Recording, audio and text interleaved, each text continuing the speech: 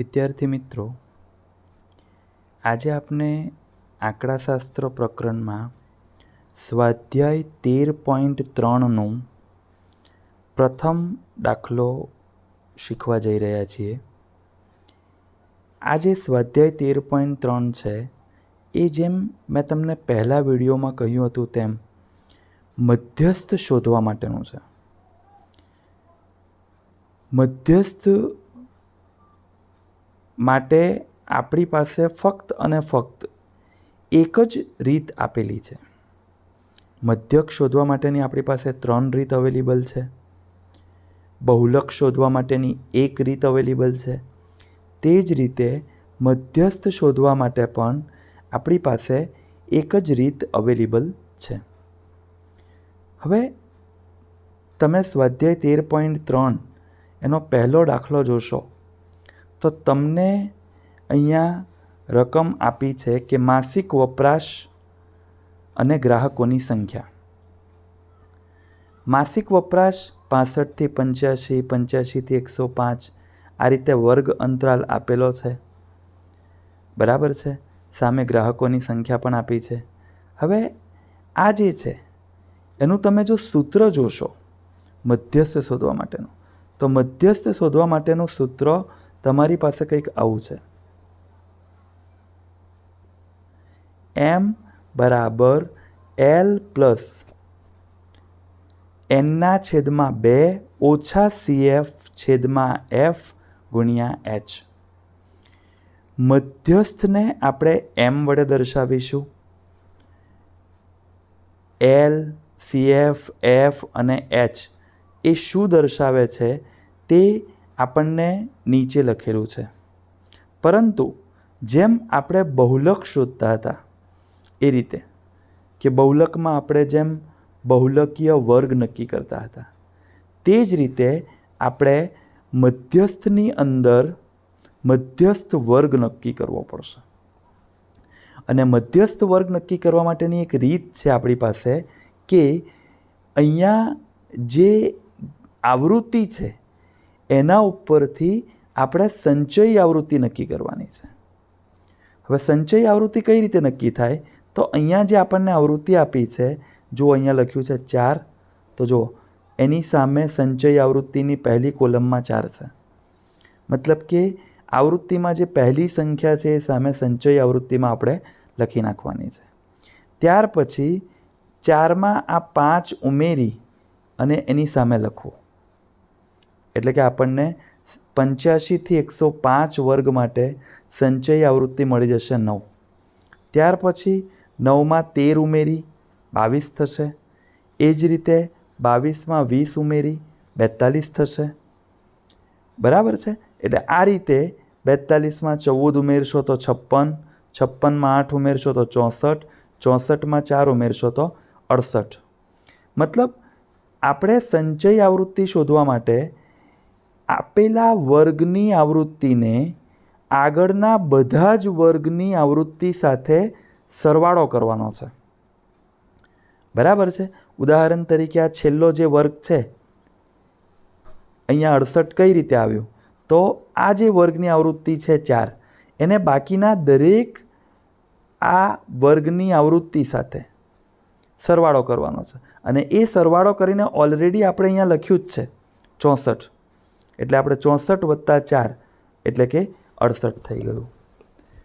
બરાબર. ફરી એકવાર આવૃત્તિ ઉપરથી સંચય આવૃત્તિ લખવાની છે. એના માટે તમે શું કરશો?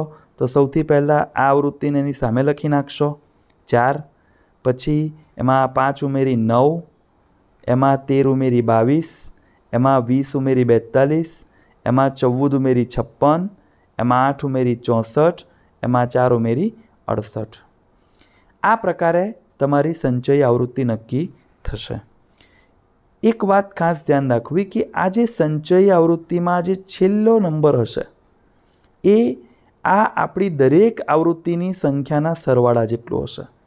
અહીં તમે જોઈ શકો છો કે આવૃત્તિની સંખ્યાનો સરવાળો પણ 68 છે અને સંચય આવૃત્તિમાં અંતિમ જે સંચય આવૃત્તિ છે એ પણ 68 છે.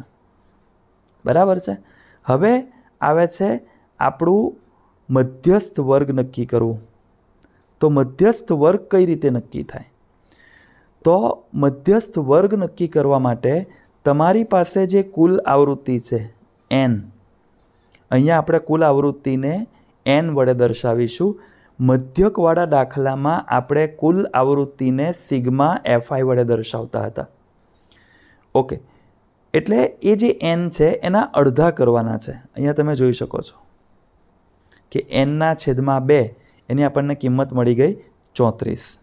હવે તમારે સંચય આવૃત્તિવાળો જે કોલમ છે એની અંદર જે વર્ગની સંચય આવૃત્તિ 34 કરતાં મોટી અને સૌથી નજીકની હોય, અહીં તમે જોઈ શકો છો કે 34 કરતાં મોટી આવૃત્તિ હોય તેવા આપણી પાસે કુલ 4 વર્ગ છે. 42, 56, 64 અને 68.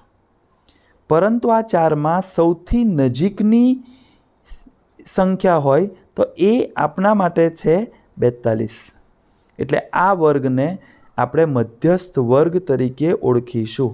તમે અહીં જોઈ શકો છો. બરાબર છે. એટલે આપણે સૌથી પહેલાં આમાં અગત્યની વસ્તુ જો છે એ છે મધ્યસ્થ વર્ગ કઈ રીતે નક્કી કરવો. અને અહીંયા મેં લખ્યું પણ છે કે મધ્યસ્થ વર્ગ માટે જે વર્ગની સંચય આવૃત્તિ n/2 થી મોટી અને સૌથી નજીકની હોય તે મધ્યસ્થ વર્ગ છે. હવે આપણે સૂત્ર ઉપરથી L, CF, F અને Hની કિંમત નક્કી કરીએ. જો અહીંયા તમને આપ્યું છે L એટલે મધ્યસ્થ વર્ગની અધઃસીમા. તમે જોઈ શકો છો અહીંયા કે મધ્યસ્થ વર્ગની અધઃસીમા આપણી પાસે છે 125. બરાબર છે. ત્યાર પછી આપણી પાસે છે CF. તો CFમાં તમને લખીને આપ્યું છે મધ્યસ્થ વર્ગની આગળના વર્ગની સંચયી આવૃત્તિ. અહીંયા તમે જોઈ શકો છો કે મધ્યસ્થ વર્ગ જે છે એ આ રહ્યો, એની આગળનો વર્ગ એટલે આ વર્ગ અને એની સંચયી આવૃત્તિ એટલે આપણને કિંમત મળી જશે 22. અહીં ખાસ ધ્યાન રાખજો, CFની કિંમત તમારે દર્શાવવી હોય તો મધ્યસ્થ વર્ગની આગળના વર્ગની સંચય આવૃત્તિ લેવી પડશે ખાસ. બરાબર છે. એટલે અહીંયા આપણને કિંમત મળી જશે 22. ત્યાર પછી આપણી પાસે છે F એટલે મધ્યસ્થ વર્ગની આવૃત્તિ. તમે જોઈ શકો છો મધ્યસ્થ વર્ગ 125 થી 145, એની આવૃત્તિ છે 20. અને H એટલે કે વર્ગ લંબાઈ. એ વર્ગ લંબાઈ આપણે અહીંયા જે આપણને વર્ગ અંતરાલ આપ્યો છે એના ઉપરથી નક્કી કરી શકીએ. 65 થી 85, 85 થી 105, એટલે કે અહીંયા વર્ગ લંબાઈ તમને આપ્યું છે 20. એટલે Hની કિંમત તમને મળી ગઈ 20. આ જે કિંમત તમને આપવામાં આવી છે એ કિંમતો હવે આપણે આ સૂત્ર જે આપણને આપ્યું છે એ સૂત્રમાં મૂકીશું. બરાબર. M મધ્યસ્થનું આ સૂત્ર વિદ્યાર્થી મિત્રો ખાસ યાદ રાખજો. M બરાબર L વત્તા n/2 ઓછા CF/F ગુણ્યા H. હવે આપણે આગળ વધીશું તો એની કિંમત મૂકીશું. તો અહીંયા જુઓ, Lની કિંમત આપણી પાસે છે 125, n/2 આપણે ઉપર શોધ્યું હતું એ આપણી પાસે છે 34, ઓછા CF 22 છે, છેદમાં Fની કિંમત 20 છે અને Hની કિંમત પણ 20 છે. હવે અહીંયા આ મધ્યસ્થ હોય, બહુલક હોય કે મધ્યસ્થ હોય, દરેક દાખલાઓમાં મધ્યક, મધ્યસ્થ કે બહુલક દરેક દાખલાઓમાં આપણી પાસે અગત્યની જો કોઈ વસ્તુ હોય તો એ છે સાદુરૂપ, કે સાદુરૂપ કઈ રીતે આપવું. બરાબર છે. તો આપણે સાદુરૂપ આપવા માટે અહીંયા તમે જોઈ શકો છો કે આ 20 ગુણાકારમાં છે અને એ જ 20 આપણી પાસે ભાગાકારમાં છે. એટલે આ 20 કેન્સલ થઈ જશે. સાદુરૂપ આપશો તો અહીંયા 125 છે વત્તા 34 ઓછા 22 કરશો તો અહીં લખી શકશો 12. બરાબર છે. એટલે આપણને જવાબ મળી જશે 125 વત્તા 12 એટલે કે 137, જે તમને અંતિમ જવાબ આપ્યો છે. બરાબર છે. એટલે આ આપણો સ્વાધ્યાયનો 13.3નો પ્રથમ દાખલો અહીંયા પૂર્ણ થાય છે. હવે આપણે આગળ બીજા દાખલા તરફ આગળ વધીએ. વિદ્યાર્થી મિત્રો, આ બીજો જે દાખલો છે એ મારા મત પ્રમાણે ખૂબ જ મહત્ત્વનો અને બોર્ડની પરીક્ષા માટે આઈએમપી દાખલો છે. અહીંયા તમને મધ્યસ્થ શોધવાનું નથી કીધું. અહીંયા તમને મધ્યસ્થ આપેલો જ છે. તમે રકમ વાંચશો તો મધ્યસ્થ તમને અહીંયા ઉપર મેં પણ લખ્યું છે કે મધ્યસ્થ છે 28.5 અને આપણે અહીંયા બે આવૃત્તિ, એક એક્સ છે અને બીજી વાય છે.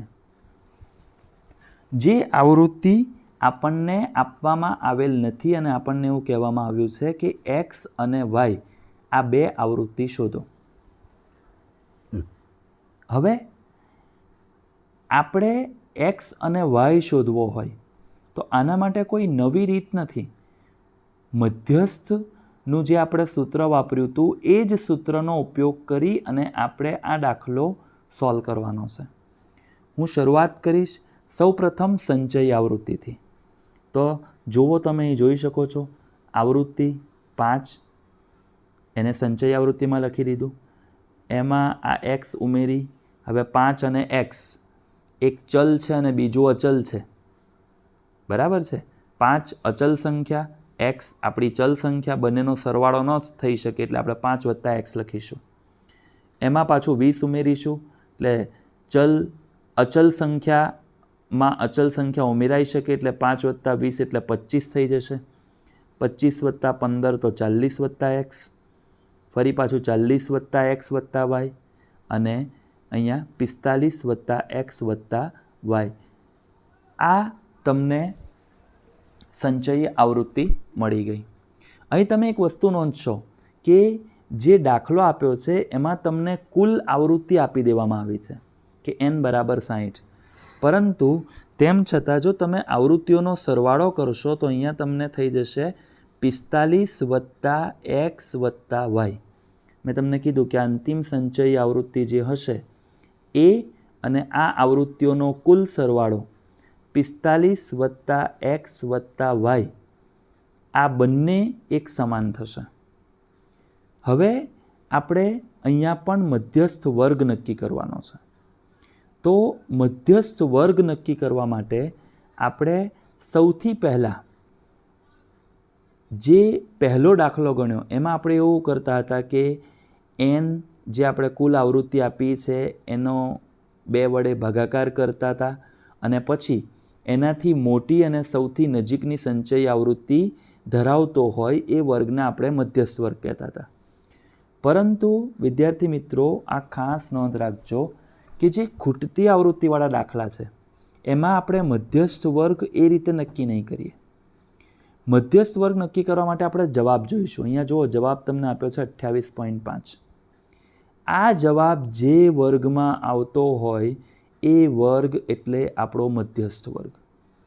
હવે તમે જોઈ શકો છો કે 28.5 એ 20 થી 30ના અંતરાલમાં આવશે એટલે આ વર્ગ એ આપણો મધ્યસ્થ વર્ગ. બરાબર છે? ઓકે, એટલે આપણો મધ્યસ્થ વર્ગ નક્કી થઈ ગયો જે મેં અહીંયા ઓલરેડી દર્શાવેલું છે. હવે આપણે આગળ વધીશું. તો આગળ વધતા આપણે એલ, CF, F બધાની કિંમત નક્કી કરીશું. તો એના માટે સૌથી પહેલાં એલ એટલે કે મધ્યસ્થ વર્ગની અધઃસીમા. તમે આગળનો જે દાખલો 1 ગણ્યો છે એની અંદર આપણે એલ, CF, F એ શું દર્શાવે છે એ મેં ઓલરેડી લખ્યું જ છે. તમે એને કોપી કરી શકો છો અથવા તો તમારી જે ચોપડી છે, ટેક્સ્ટબુક છે એમાં સ્વાધ્યાય 13.3ની આગળ તમને આ સૂત્ર પણ આપવામાં આવ્યું છે અને એલ, CF, F, H આ બધાનો અર્થ શું એ પણ દર્શાવવામાં આવ્યો છે. અહીં એલ એટલે મધ્યસ્થ વર્ગની અધઃસીમા જે આપણા માટે 20 થઈ જશે. CF મધ્યસ્થ વર્ગની આગળના વર્ગની સંચયી આવૃત્તિ એટલે કે 5 + એક્સ. n/2 તમે જોઈ શકો છો n તમને આપેલું છે 60 એટલે n/2 કરશો તો 30 થઈ જશે. એફ તો મધ્યસ્થ વર્ગની આવૃત્તિ જે આપણી પાસે છે 20, એચ એટલે કે વર્ગ લંબાઈ તમે જોઈ શકો છો જે આપણી પાસે 10 છે, અને એમ એટલે કે મધ્યસ્થ જે તમને ઓલરેડી આપેલો છે આ છે 28.5. બરાબર. દરેક કિંમત આપણી પાસે છે. આપણે સૂત્ર યાદ રાખવું પડશે. સૂત્ર યાદ હશે તો તમે સહેલાઈથી એની કિંમતો મૂકી સાદુરૂપ તરફ આગળ વધી શકશો. મેં તમને આગળ પણ વાત કરી એ રીતે કે આ દાખલાઓમાં સાદુરૂપ ખૂબ જ અગત્યનું હોય છે. જુઓ, હવે મેં કિંમત અહીંયા મૂકી છે m બરાબર 28.5, l બરાબર 20, n/2 બરાબર 30 ઓછા CF. આ ખાસ ધ્યાન રાખવું, CF આપણી પાસે બે પદમાં છે 5 વત્તા x, અને એની આગળ ઋણ સંજ્ઞા છે એટલે આપણે ફરજિયાત કૌંસ કરવો. જો તમે કૌંસ નહીં કરો અંતિમ જવાબ તમારો માઇનસમાં આવશે જે તમને ખોટો જવાબ આપશે. છેદમાં એફની કિંમત 20 આપી છે અને એચ જે આપણી પાસે 10 છે. હવે સાદુરૂપ આપીશું એટલે સૌથી પહેલાં આ 20ને આપણે ડાબી બાજુ લઈ જઈશું એટલે માઇનસ થઈ જશે 28.5 ઓછા 20. અહીંયા આપણે કૌંસ છોડીશું તો 30 ઓછા 5 અને માઇનસ એક્સ થઈ જશે. બરાબર છે. અને ગુણ્યા 10 અને છેદમાં 20. હવે આપણે સાદુરૂપ આગળ આપીશું તો તમે જોઈ શકો છો કે 28.5 ઓછા 20 કરશો તો આપણને જવાબ મળશે 8.5. અહીંયા 30 ઓછા 5 25, એમાંથી માઇનસ એક્સ છે. મેં તમને આગળ વાત કરી એમ કે અચલ સંખ્યામાંથી ચલને બાદ ન કરી શકાય એટલે આપણે 25 ઓછા એક્સ લખી દઈશું. અહીંયા 10 અંશમાં છે ને 20 છેદમાં છે એટલે 10 2 20 એટલે આપણને અહીં છેદમાં મળી જશે 2. આ 2 અહીંયા ભાગાકારમાં છે, આ તરફ આવશે તો એ ગુણાકારમાં જશે. નોર્મલ જે સાદુરૂપના નિયમો છે આપણે એને અનુસરીએ છીએ એટલે 8.5 ગુણ્યા 2 કરશો તો 17 મળી જશે અને અહીંયા થઈ ગયું 25 ઓછા એક્સ. હવે આપણે એક્સને કરતા બનાવવા માટે માઇનસ એક્સ ડાબી તરફ આવશે તો પ્લસ એક્સ બની જશે અને +17 જમણી તરફ જશે તો -17 થઈ જશે. એટલે 25 ઓછા 17 એટલે કે આપણને એક ખૂટતી આવૃત્તિ એક્સની કિંમત અહીંયા મળી ગઈ કે જે આપણી માટે છે 8. બરાબર. હજુ આપણી પાસે ફક્ત એક જ આવૃત્તિ મળી છે, હજુ આપણે બીજી આવૃત્તિ શોધવાની છે એટલે કે y શોધવાનું હજુ બાકી છે. હવે y કઈ રીતે શોધી શકાય? તો અહીંયા તમે જોઈ શકો છો કે આપણી પાસે કુલ આવૃત્તિ n બરાબર 60 છે અને જ્યારે તમે આવૃત્તિઓનો સરવાળો કર્યો છે તો એ તમને મળે છે 45 + x + y. એનો અર્થ એ થયો કે 45 + x + y કરશો તો એનો સરવાળો તમને 60 મળવો જોઈએ. હવે આપણે એનો જ ઉપયોગ કરીશું અને આગળની જે બીજી આવૃત્તિ આપણી શોધવાની બાકી છે તે આપણે શોધીશું. તો 45 + x + y બરાબર 60. તો yની કિંમત મેળવવા માટે આપણે yને કરતા બનાવીશું. તો +45 ડાબી તરફ જશે તો +45 જમણી તરફ જશે તો -45, +x જમણી તરફ જશે તો -x એટલે 60 ઓછા 45 તો 15 અને એક્સની કિંમત તમે ઓલરેડી આગળ શોધી જ છે એટલે 15 ઓછા 8 કરશો તો તમને જવાબ મળશે 7. બરાબર છે. એટલે આ પ્રમાણે yની કિંમત પણ તમને કેટલી મળી ગઈ? 7. આ રીતે તમે બંને ખૂટતી આવૃત્તિઓવાળા દાખલા પરીક્ષા માટે ખૂબ જ મહત્ત્વના છે. 4 માર્ક્સમાં આ દાખલા પૂછાય છે, ખાસ કરીને બેઝિક મેથેમેટિક્સવાળા વિદ્યાર્થીઓ માટે. અહીંયા તમને આ દાખલો પૂરેપૂરો સમજાવવામાં આવ્યો છે. આ દાખલાને 2 થી 3 વાર પ્રેક્ટિસ કરવી ખૂબ જ જરૂરી છે કારણ કે આખા સ્વાધ્યાયમાં આ એક જ દાખલો છે કે જે ખૂટતી આવૃત્તિવાળો છે અને એવું જરૂરી નથી કે આ જ દાખલો પૂછાય, પરંતુ મોટે ભાગે આ દાખલો પૂછાવાના ચાન્સ વધારે છે. બરાબર છે? એટલે આ દાખલાને પ્રેક્ટિસ કરશો અને જે પણ સમસ્યા હોય એ સમસ્યા તમે મને કોમેન્ટ બોક્સમાં જણાવશો. આપણે આ જ રીતે આગળના દાખલાઓ પણ આ યુટ્યુબ ચેનલ ઉપર મૂકીશું. તમે રેગ્યુલર રીતે એનો અભ્યાસ કરતા રહેજો.